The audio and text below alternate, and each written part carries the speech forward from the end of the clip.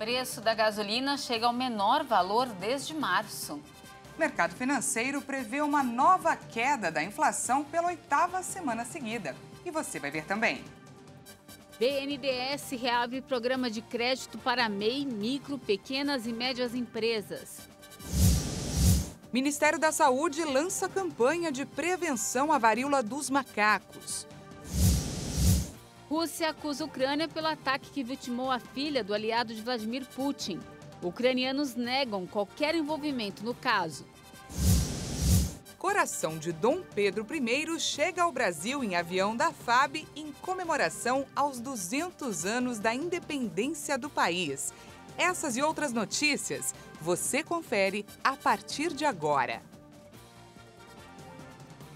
Olá, boa tarde, seja muito bem-vindo a essa edição. Estamos ao vivo e agora são 1h03 pelo horário de Brasília. Boa tarde, Dani. Boa tarde, Pati, e boa tarde a você que nos assiste. Vamos juntos conferir o que é notícia no Brasil e no mundo nesta segunda-feira. Damos início a essa edição já com uma boa notícia. Os preços da gasolina caíram ao menor valor desde março. O levantamento semanal da ANP mostrou que o valor teve uma redução de 1,8%. A Agência Nacional do Petróleo informou que os preços da gasolina, do diesel e do etanol voltaram a recuar nos postos de combustíveis na semana passada. De acordo com o levantamento semanal da ANP, o valor médio do litro da gasolina caiu de R$ 5,50 para R$ 5,40, uma diminuição de 1,8%. Esse é o menor patamar desde a semana encerrada em 6 de março do ano passado, a R$ 5,29 o litro. Segundo a agência, esse foi o 8º recuo seguido do preço da gasolina.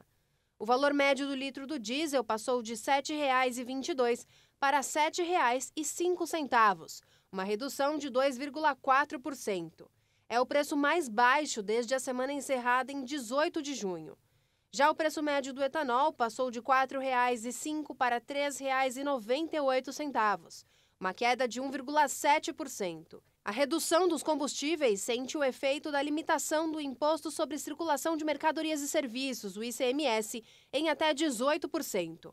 Além disso, a Petrobras tem promovido sucessivos cortes nos preços de venda da gasolina e do diesel para as refinarias. Nesta semana, por exemplo, a estatal reduziu o preço da gasolina vendida às distribuidoras em 4,85%. O preço do litro passou de R$ 3,71 para R$ 3,53 por litro. E seguimos de boa notícia. Pela 8ª semana seguida, o mercado financeiro prevê uma nova queda da inflação. E os analistas também já esperam uma baixa no indicador para 2023. As mais de 100 instituições do mercado financeiro pesquisadas no Boletim Focus do Banco Central seguem com a expectativa de melhora no cenário econômico para este ano.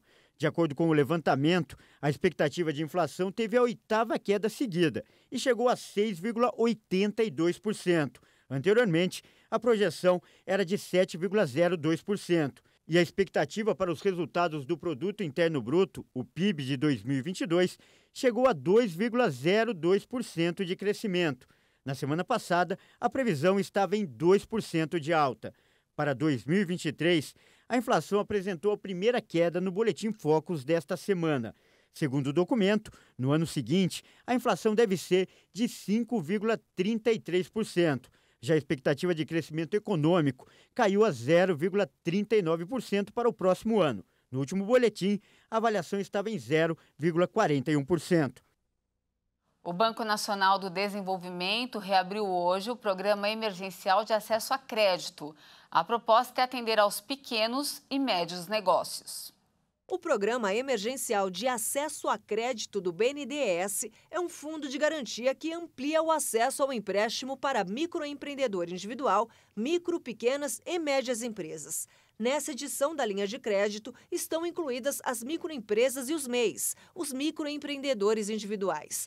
Para que uma operação de crédito seja elegível, deve ser destinada a investimentos ou capital de giro de valor entre R$ 1.000 e R$ 10 milhões, ter prazo de pagamento de até 60 meses e garantia entre 6 e 12 meses. A cobertura estabelecida pelo programa é de 80% do valor do contrato.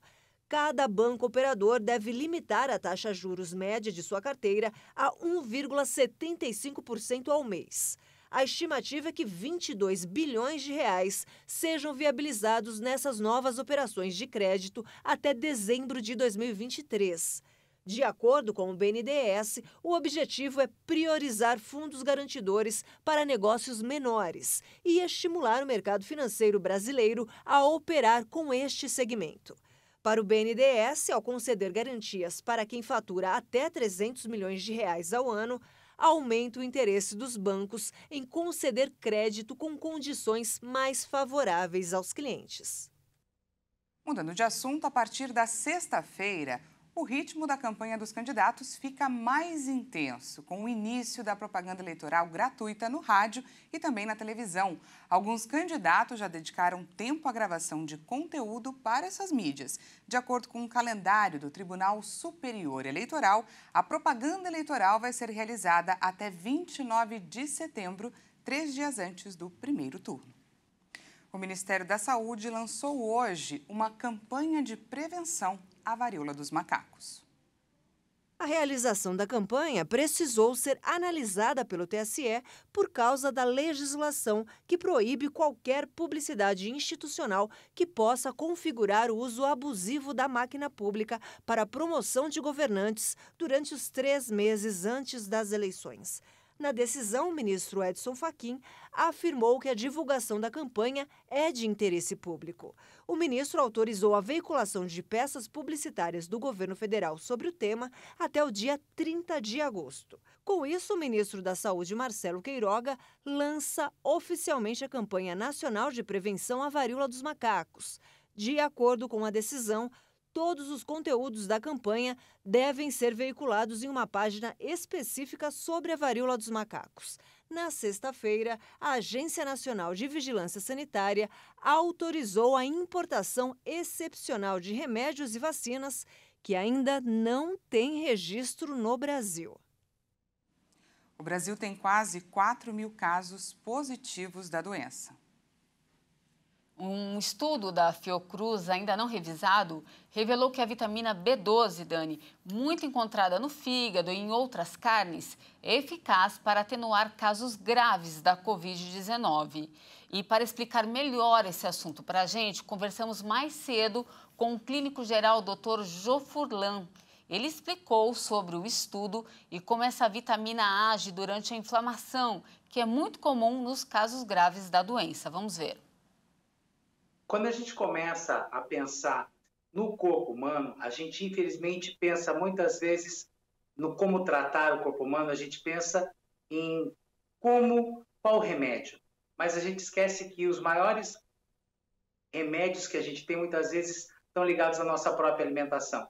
Tem uma pesquisa recente da Fiocruz que fala da importância da vitamina B no que diz respeito ao processo inflamatório agudo gerado no Covid.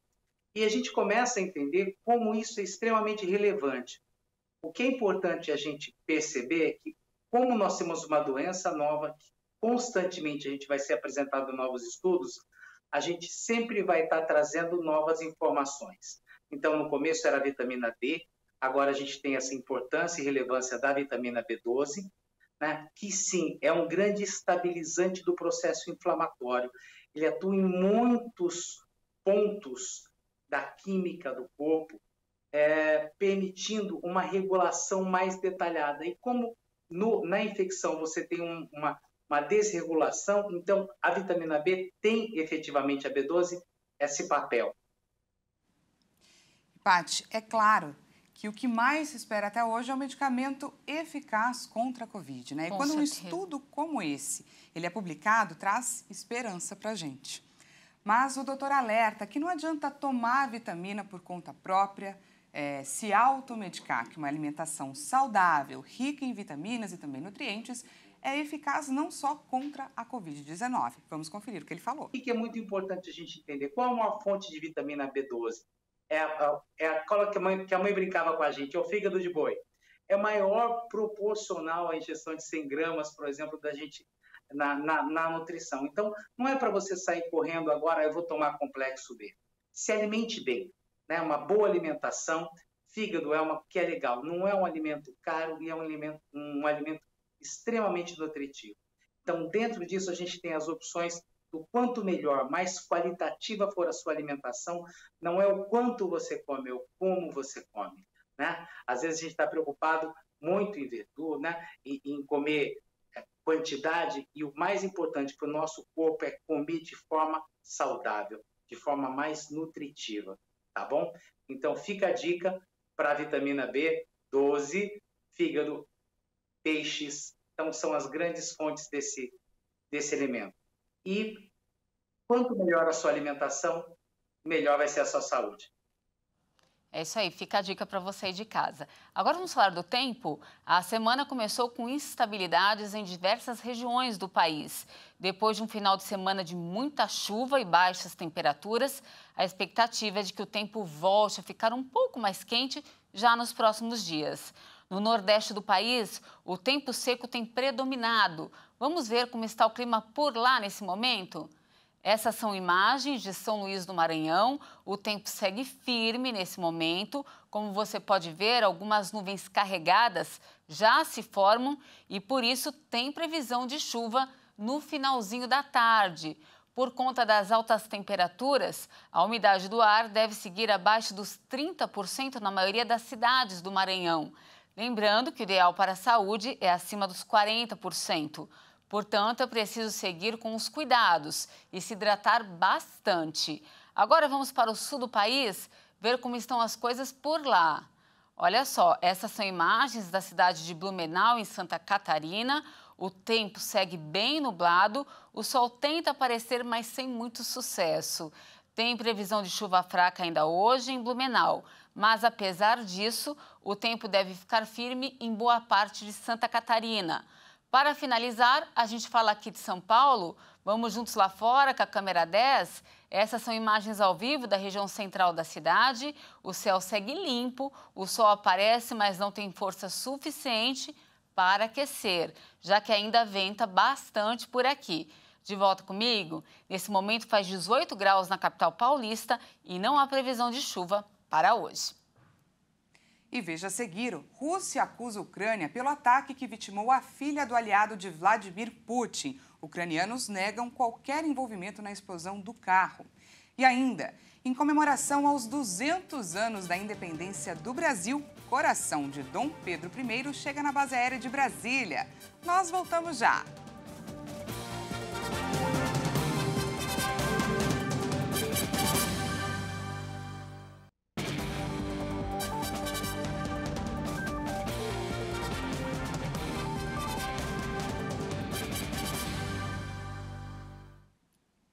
Seja bem-vindo mais uma vez, estamos de volta ao vivo, agora 1h18.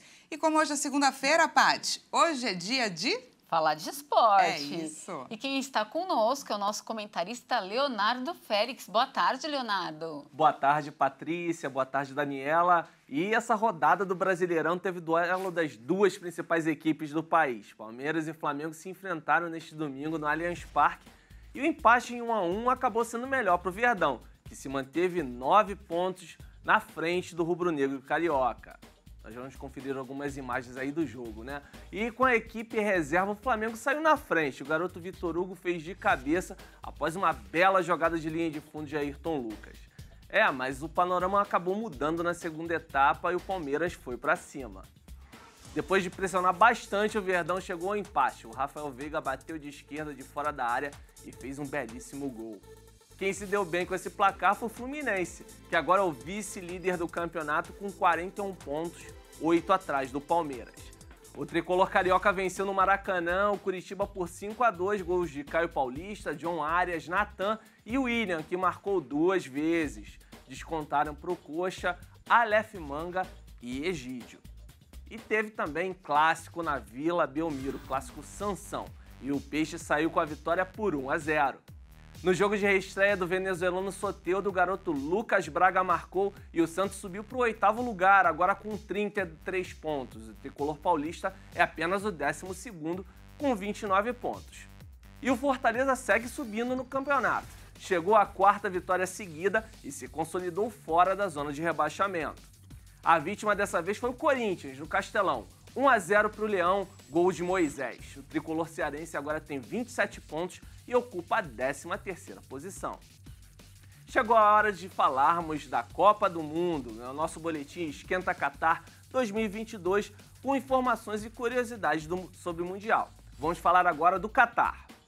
O país é pequeno, com pouco mais de 11 mil quilômetros quadrados e faz fronteira com a Arábia Saudita, fica situado no nordeste da Península Arábica e também é banhado pelo Golfo Pérsico.